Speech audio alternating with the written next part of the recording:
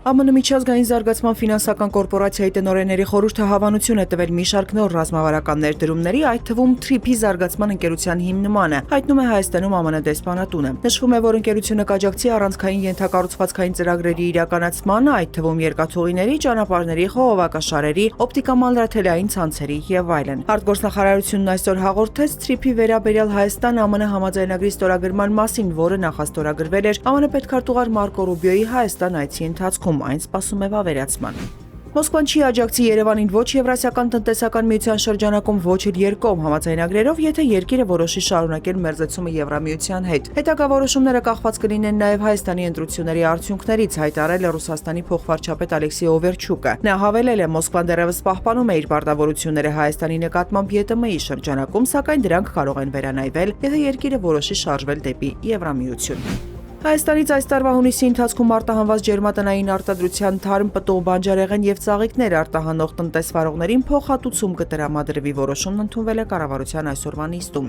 Սննդամթերքի անվտանգության տեսչական մարմինը մայիսին որոշ տնտեսվարողների թույլ չի տվել ելակ արտահանել Ռուսաստան։ Միաժամանակ Ռոսսելխոզնադզորը Հայաստանից թարմ լոլիկի, վարունգի, պղպեղի, կանաչեղենի, ելակի, կորիզավոր պտուղների, խաղողի, խնձորի, սմբուկի, կարտոֆիլի եւ չրերի ներկրման սահմանափակումներ է սահմանել։ Եվրամիությունը լրացուցիչ աջակցություն կցուցաբերի Հայաստանին Ռուսաստանի կողմից հայկական որոշ ապրանքների ներմուծման արգելքի եւ սահմանափակումների ֆոնին, հայտնել է Հայաստանում Եվրամիության դեսպան Վասիլիս Մարագոսը հայ արտահանողների հետ հանդիպմանը։ Նա նշել է, որ այսօր սպասվում են կարևոր հանդիպումներ ու հեռախոսազանգեր, այդ թվում Եվրահանձնաժողովի նախագահ Ուրսուլա ֆոն դեր Լեյենի հետ, որից հետո կհայտարարվի Հայաստանին լրացուցիչ աջակցության միջոցառումների մասին։ Գյումրիում խոզարկություններ են իրականացվել Հայաստան դաշինքի գրասենյակում, իրավապահները համակարգիչներ են դուրս բերել գրասենյակից զատ, խոզարկություններ են անցկացվել նաև դաշինքի падգամավորի թեկնածու Արան Աշխարյանի տանը։ Մինչ այս էլ խոզարկվել էին աշտարակում գտնվող դաշինքի նախընտրական շտաբները եւ Ազգային ժողովի հոհիդայական падգամավոր Աշոտ Սիմոնյանի բնակարանը։